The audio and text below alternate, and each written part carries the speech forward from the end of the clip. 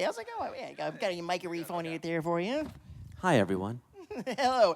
And next, he is an actor and comedian whose credits include Robocop, the Star Wars parody film Troops. I'm the only one that mentions that. And he is the voice of Pluto, Goofy, and Horace Horsecollar. Please welcome Bill Farber.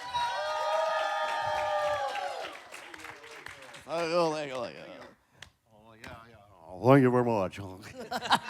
See, it's Tuesday. Yeah, I put Horace ahead of Goofy, yeah. Yeah. I mean, his the, original voice. the forgotten one. He is forgotten. He came out in Prince and the Pauper. And I actually did the audition on the set because they didn't think to give him a voice. And I asked what was he like to kind of get an idea for the voice. And they said, well, he's kind of snooty a little bit. I was thinking Jim Backus. And then I said, well, it's like that, but he's very droll and kind of dry. So I was thinking Ben Stein from, what was it? Ferris Bueller's Day Off. Ferris Bueller's Day Win Off. Ben Stein's money. And it's like this, I put them together, and that's his voice. It works. And so you never know where the jobs come from. No, indeed. So I've certainly heard these stories before, but I think there are people who haven't it. Yes. How did you both come into these roles? You want to go first? Sure, I'll go first. Well, I like to say I tripped and fell into this role. Okay. I was an artist. I went to school for art, was working as an illustrator and designer. And a friend of mine who works for the company found out through an email that they were holding auditions for an understudy for Mickey Mouse. So what that means is Wayne Allwine had been the voice for 32 years. He was still the official voice of Mickey, but they were looking for someone to train with him with the intent of eventually taking over the role.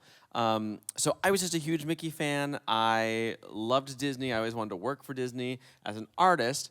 But as such, I had just kind of started doing a Mickey impression. Went to school in here in Florida, down in Sarasota. Would come up to the parks all the time, and when we'd come through the gates, I'd say, "Oh boy," and that was about the extent of my Mickey impression. But my friends knew I did it, and she said, "Hey, you got to try out for this." And I thought, when in the world do you ever get the chance to audition for Mickey Mouse? It's a once-in-a-lifetime opportunity, and I'd be a fool not to take it. So I submitted my audition, and I guess you could say the rest is history. I was called back a couple of times. Unfortunately, Wayne passed away during that process, and so it was no longer an understudy position.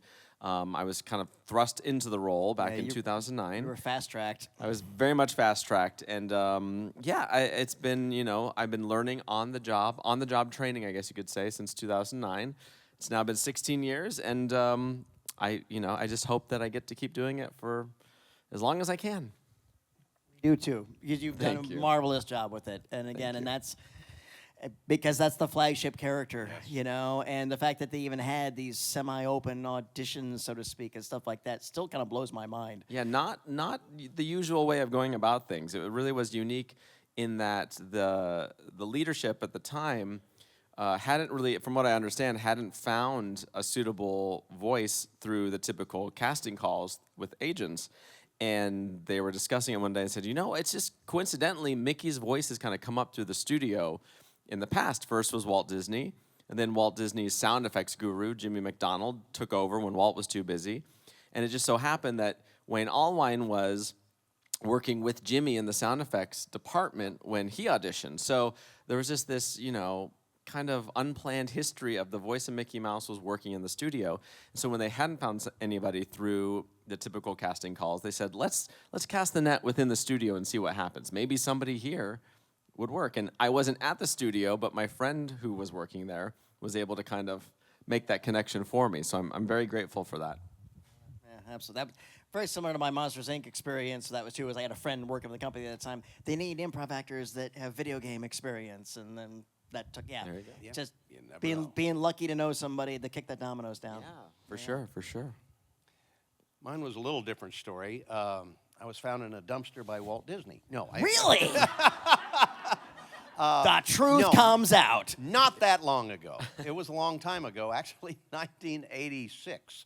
I was a stand-up comic impressionist out of Dallas, and on the advice of an agent, I moved to California to see what I could do in Hollywood. I was going to give it a year, Yeah, I should be able to do something out there.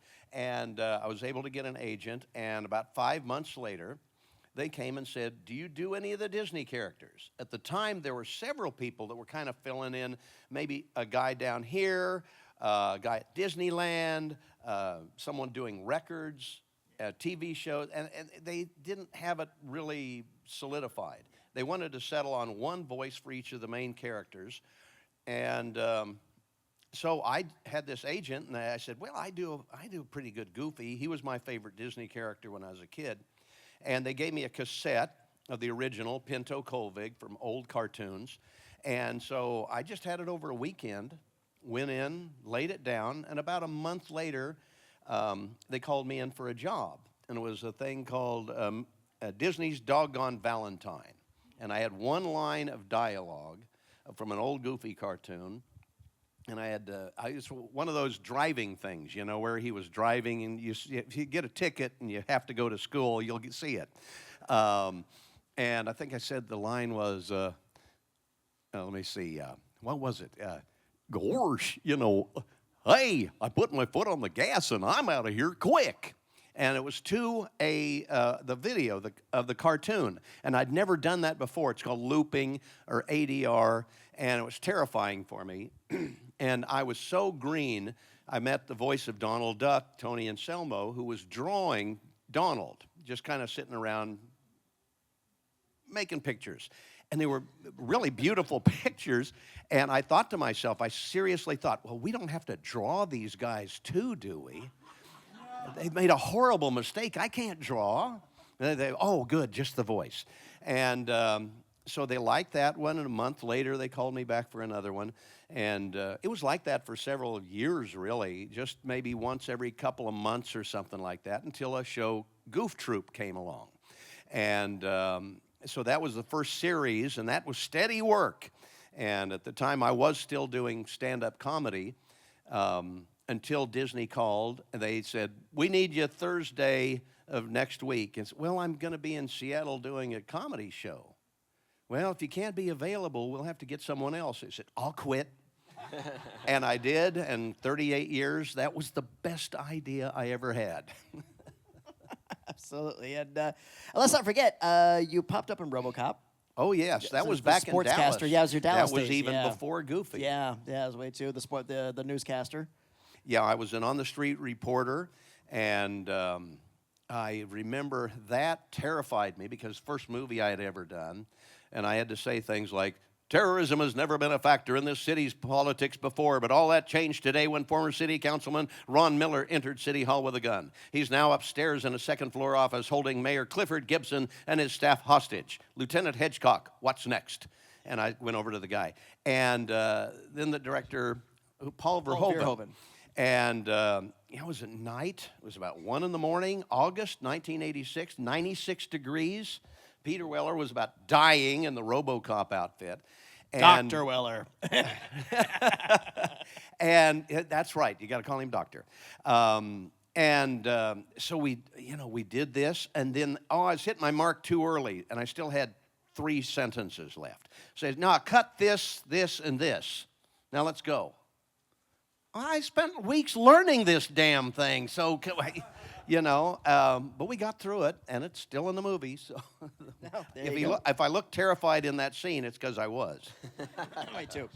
So you both what I appreciate about both of you guys so much is that this has not been just a gig. You guys have accepted these roles with a layer of responsibility. And you've been protective of the fidelity of the characters and stuff like that. And thank you both for that, for caring as much as this, be above and beyond the Call of Duty as actors and performers. What's been the oddest thing that Disney has had you guys do as these voices? Yes, what happened? We were just discussing this backstage, but I don't know if any of those stories are going to make it onto stage today. Oddest thing.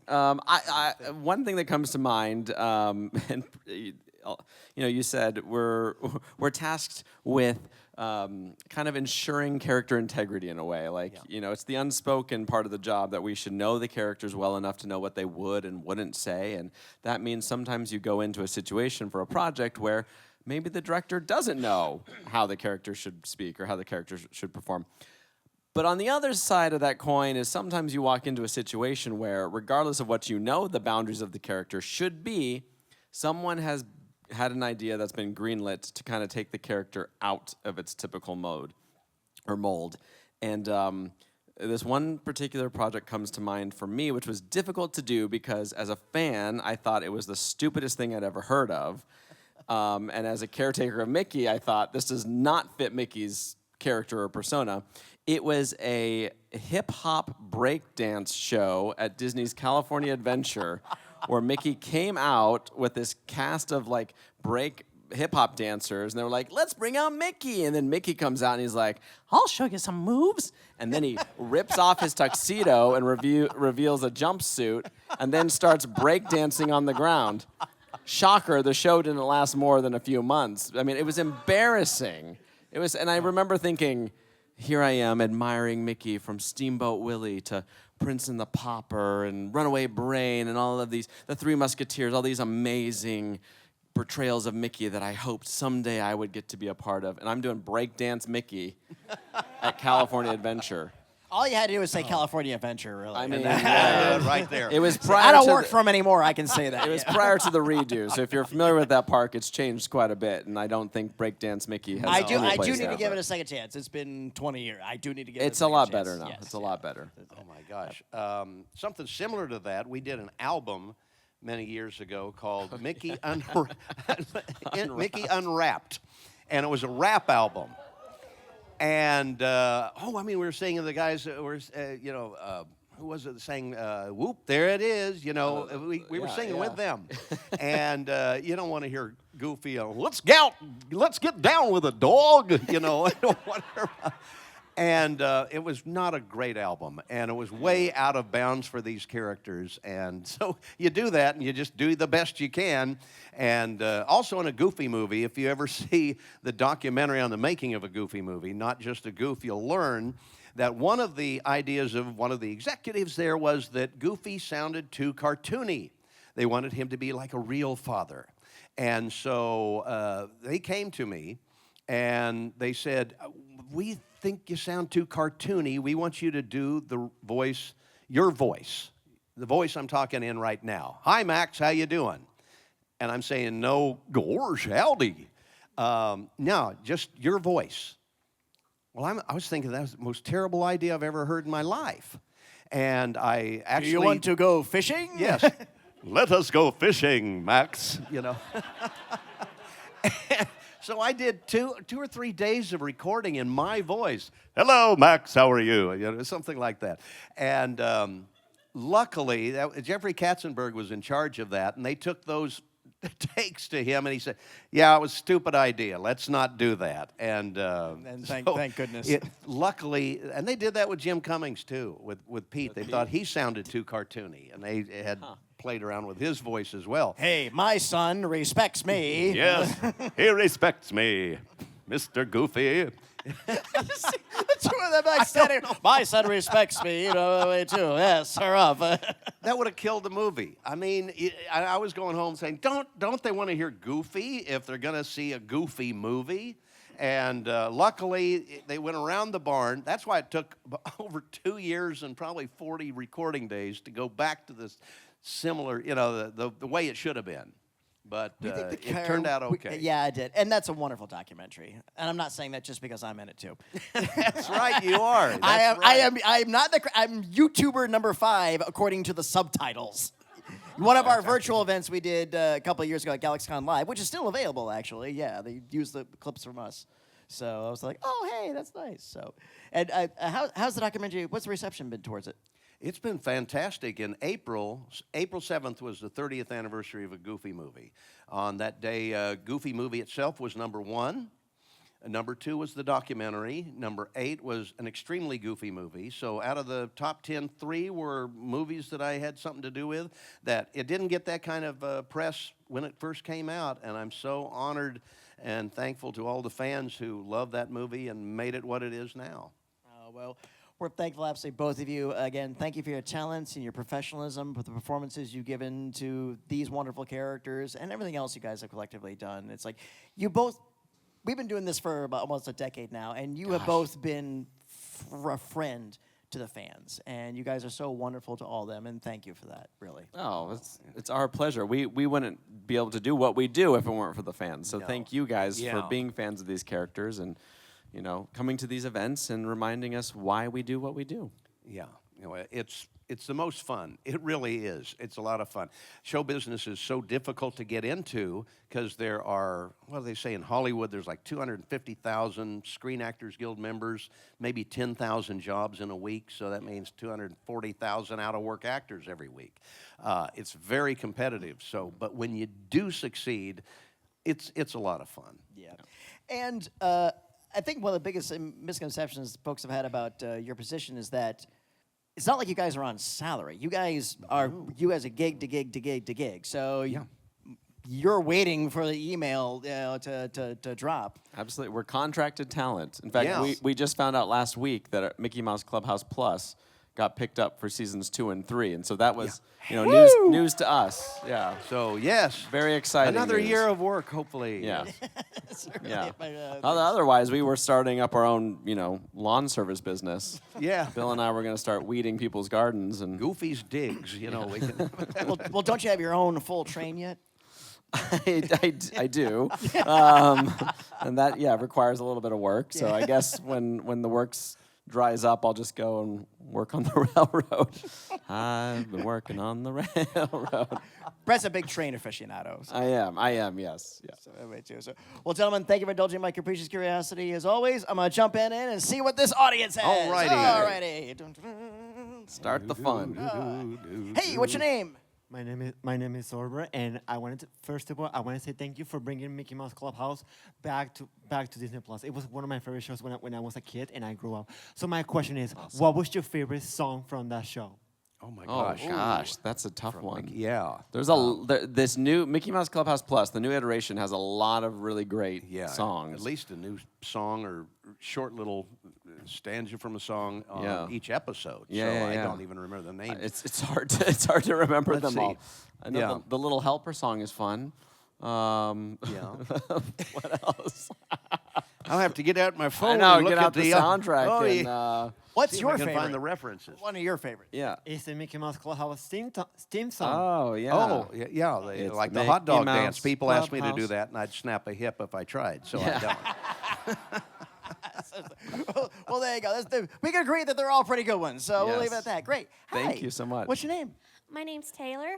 I want to say first, thank you so much for your work. I work with children with autism, so they watch your shows all the time. They're like stimming and just jumping around watching you, and it makes me so happy that they're just like connecting with your Engaged, characters yeah. and stuff. That's awesome. Yeah, we get a lot of people with autism and on the spectrum at our tables here at Comic-Cons and everything, and they have an amazing knowledge of much more about the stuff I've done than I know. They know dialogue. They know these shows so well, the stuff that I've forgotten. And, I remember a person said, well, in the 3rd episode of Goof Troop, Goofy puts a dinosaur egg in the front hall closet. Why did he do that?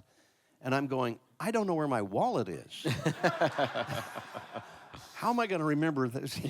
It's amazing what they know. Another example of being grateful for the fans.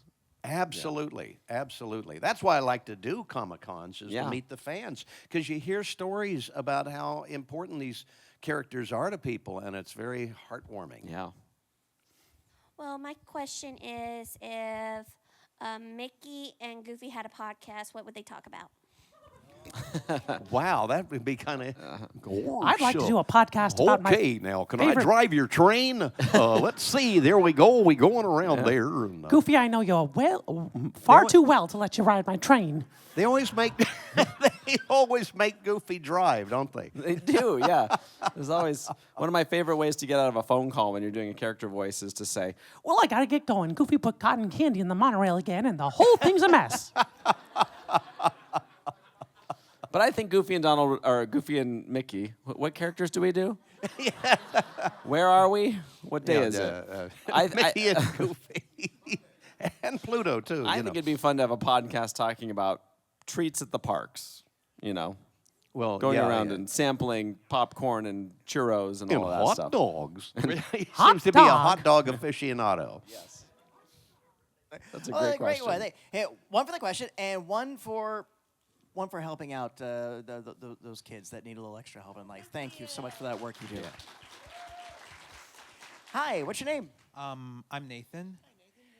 To say that you two have made a huge impact on my life would be putting it lightly. So I thank you for that. So with that being said, what was the most challenging aspect of your iconic characters of Goofy and Mickey Mouse? Oh. Well, for me, it was a Goofy movie because it was supposed to be a Goof Troop movie based on Goof Troop, like there was a DuckTales movie based on DuckTales, and it was with the original cast from the television series. And Dana Hill, who played Max in that series, passed away, and Jason Marsden took over. But they made it into a road picture, and they kind of changed the plot of the movie before we really started recording there, and forgot where I'm going with it. The challenging part. Yeah. The most challenging part. And most challenging was adding that layer of humanity to Goofy, rather than gorge. Goofy Goof Troop was high energy Saturday morning kind of slapstick comedy, where now Goofy had to show concern about Max getting in trouble with the principal and all this kind of stuff, and Pete making him feel worse. Adding those flavors of reality and humanness without losing Goofy was the hardest part. Yeah, I think for me the most challenging part of performing Mickey's voice is all of the history and the legacy that's behind Mickey. You know, having Walt Disney be the creator and first voice of Mickey. Making sure to preserve that, but then there's lots of opinions about these characters as well. So it's a constant battle of navigating the expectations of the characters, preserving the characters, and then all the opinions that come. So it can be challenging. It's hard not to, when you're acting. It's an art form, and all art requires a little bit of the artist, a little vulnerability. But it's unique in that these characters, they're so well established. There's not so much room for Bret or for Bill to come in and change the character. Of course, our own experiences all definitely play into it. Like Bill was just saying, bringing a little bit more realism and heart into that relationship of father and son in a Goofy movie. And I think I call upon my own experiences depending on what the project is with Mickey, but it's a balance. It's a constant struggle to say, okay, I'm bringing that to the table, but it's still Mickey. I got to make sure it's still Mickey and not Bret, because if it becomes too Bret and not Mickey, then I'm not doing my job. So I think that's the most challenging part. Question. Thank you. Thank you very much. Thank you. Hi, what's your name? My name is Andrew. First off, you both have really shaped up my childhood, and I can't thank you both enough, especially you, Bret, because I grew up on Wayne. So when I heard news that a new voice came to Mickey, my brain just began like, how is it going to sound? Is it going to sound good? And then when you hit the scene with Mickey Mouse Clubhouse, I was just like, okay, this guy is a good replacement. Oh, thank you. That means a lot. Also, Bill, I do have a question for you. What character do you feel like doesn't get talked about that you have voiced? Like, what character hasn't been talked about a lot? For me, I would say Sam from the Sam and Max Hit the Road game. Oh, yeah. Well, thank you. Yeah. Well, I was his original voice, and that gets into kind of the logistics and the politics of showbiz. For those of, I was Sam of Sam and Max's, his original voice in Sam and Max Hit the Road, which is a video game I did very early on. And we did that. We did a second game, and right in the middle of recording it, LucasArts decided we don't want to do it. And so they cut it off right in the midstream, so it never saw the light of day. Then they took the series and took it to Canada, and so thus making it a non-union show. I was a union actor, so I couldn't be Sam. And so from that point on, they did it non-union. So there's a lot of stuff. That's why I don't do a lot of anime, is because a lot of anime, and I don't know how much these days it is, but just even a few years ago, it was quite non-union mostly. And that makes it illegal for me as a SAG member to actually perform in that. And so it's kind of a thing behind the scenes. You want to be a union actor, a non-union actor, whatever. And there's a lot of both, really. But it can limit you in what you can do. I'm a big Sam Max fan as well, too. But thank you for that. Good one, yeah. Hi, what's your name? Hi, I'm Maggie, and I was wondering what show, movie, game, piece of media that you've done the voice of for you, Goofy, and you, Mickey, done that was like your favorite to do. Gosh, I've shared this story before, but I think my favorite still is Fantasmic, a show at Disney Hollywood Studios and at Disneyland. I'm a huge fan of it. It's a big reason why I even started doing a Mickey impression when I was a kid, because I loved that show and I'd listen to the soundtrack and talk along with it. Some imagination, huh? And so I think to this day, that's one of my favorite things. We've also done a lot of stop motion and holiday specials lately that I'm really fond of, with really good stories. And being the art and animation geek that I am, anytime that the final project looks good, I'm a big fan of. So. Yeah, and what a lot of people don't know is that we do not see the product when we're recording the voices. A lot of people still think that we're watching a movie and we're adding voices to it, which we have done in things like Kingdom Hearts, which was done in Japan first. We're replacing dialogue with English dialogue, but 99% of everything we do is just a script. And I'm alone. In COVID especially, we were all alone in our homes doing recordings from home.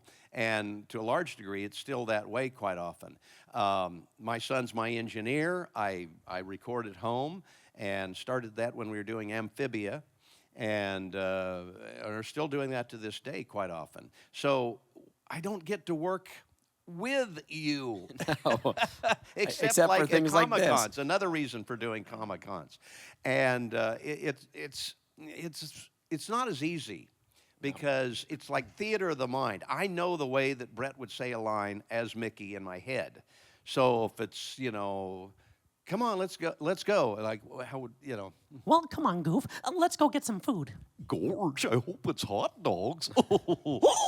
I know it just is organic. You know the way that he would say it, and you respond that way. The only thing we need the director for on those kind of things is, oh no, Mickey's 50 feet away in a balloon or something like that. Hey, Goof, come on. It's time to go get some food. Hey, let's go get some hot dogs, or something like that. That influences the way you do it.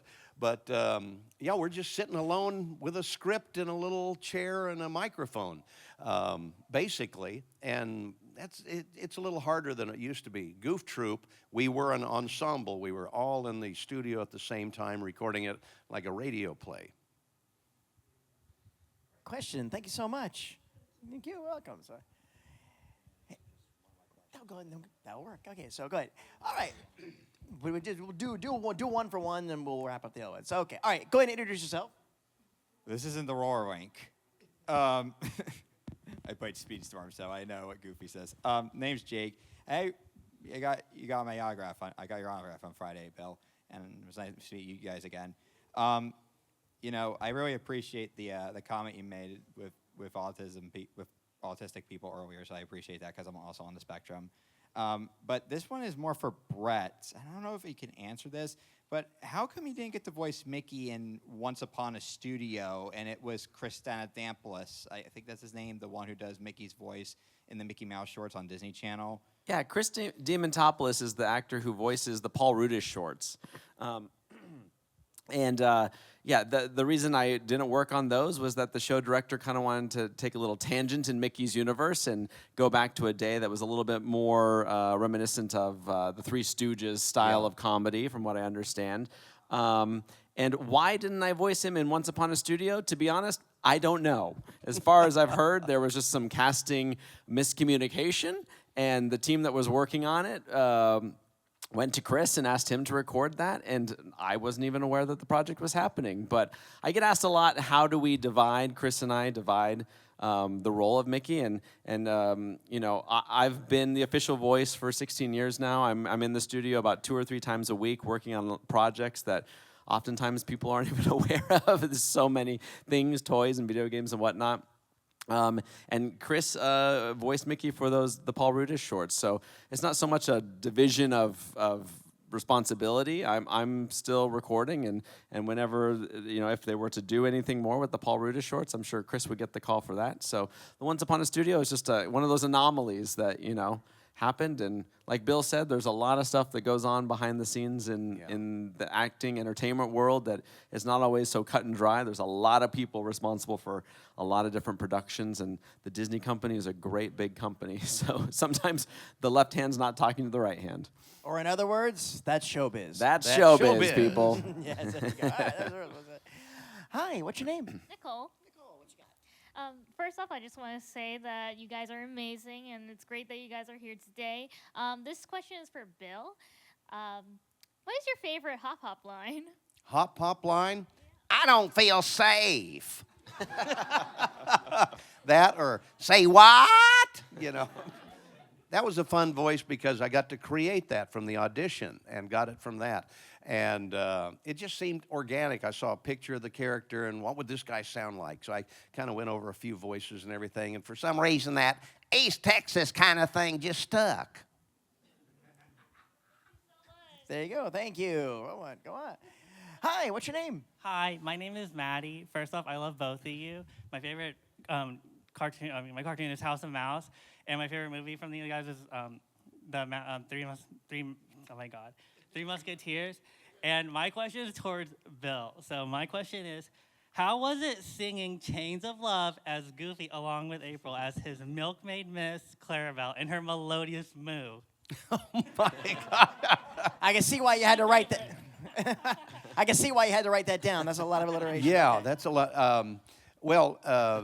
Clarabelle, was not nice to Goofy in that movie, actually. But April, let me see, wasn't April? Well, Yeah, it was April, Yeah, right? it was Yeah. April Yeah. did Clarabelle in that. And we recorded that together, the song on the bridge there when she was going to kill Goofy and then she fell for him. So, but it was fun. We did that in about an hour and a half together. Sometimes, you just do your lines and then they put them together later. Other times you actually sing with another person. But most of the time it's just you doing lines, especially with Mickey Mouse Clubhouse Plus. We get a soundtrack, we learn the things, we get on and we do the song a few times and then they put it together. It's amazing what editors can do these days. Bret, did you have any similar things in singing Mickey's voices? Did you ever had some interesting challenges? Oh gosh, I mean, every song is, especially on Mickey Mouse Clubhouse Plus, actually, they've really kind of tackled a ton of different genres. Yep. Every time we get the samples before we go into the recording studio, you're like, oh, okay, this is a little bit of a 70s vibe. Oh, this is more of a pop vibe. I think it keeps it really interesting and fun to go about that way.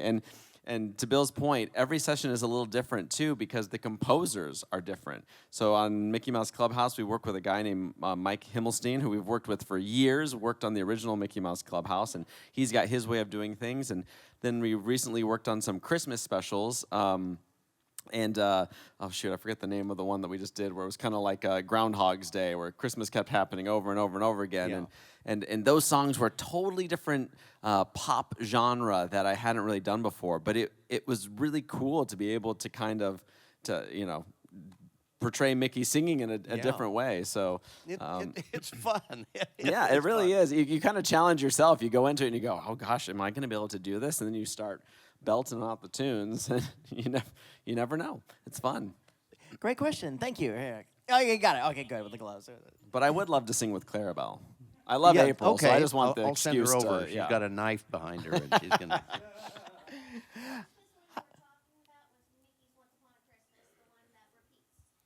Oh, was it Once Upon a Christmas? Yeah, Okay. Okay. Well, Thought it and we was know spelled that internet something is else. never wrong, so it must be right.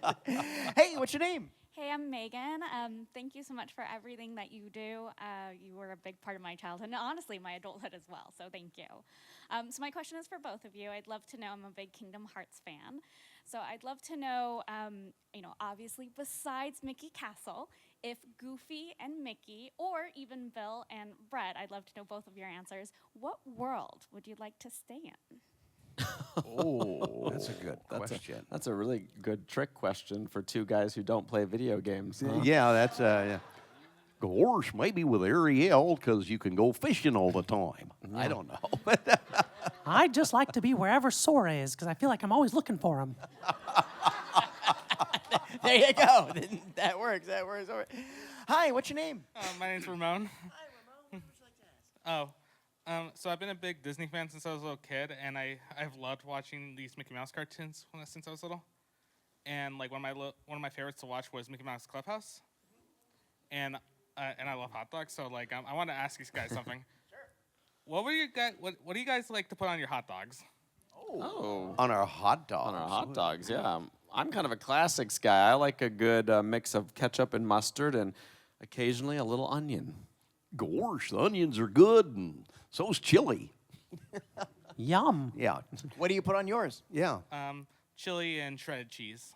Oh, very nice. Good very choices. Nice. Good choices. Chili and If cheese, can't go wrong. If it's boiled, it gets brown mustard relish. If it's grilled, it gets ketchup and cheese. Wow, And you get one of specific. those. Yes. Love that. Yeah. Well, I'm a bachelor, so I've been cooking hot dogs. For Oh, my okay. life. So that's how you switch things up. Cooking Exactly. class. Yeah. Tonight's boiled hot dogs. Tomorrow is grilled. Yeah, that's right. Hi, what's your name? Becky. How much time do you do for voices at the theme parks? Oh, like how much time do we spend doing it? We frequently do stuff for the theme parks. So we're doing stuff for the theme parks, whether it's Disneyland, Disney World. I think we've both done stuff for Paris, Hong Kong. Occasionally those foreign parks will have the characters speak English. We do all the stuff for Disney Cruise Line as well. So there's a lot of time is spent. It's a little less consistent as compared to the TV shows. Because, parades will run for a few years at a time. Shows will run for a couple years at a time. But we do quite a bit for the parks, I'd say. I just did a thing that we both did, actually, for Disney on Ice, a new version of that.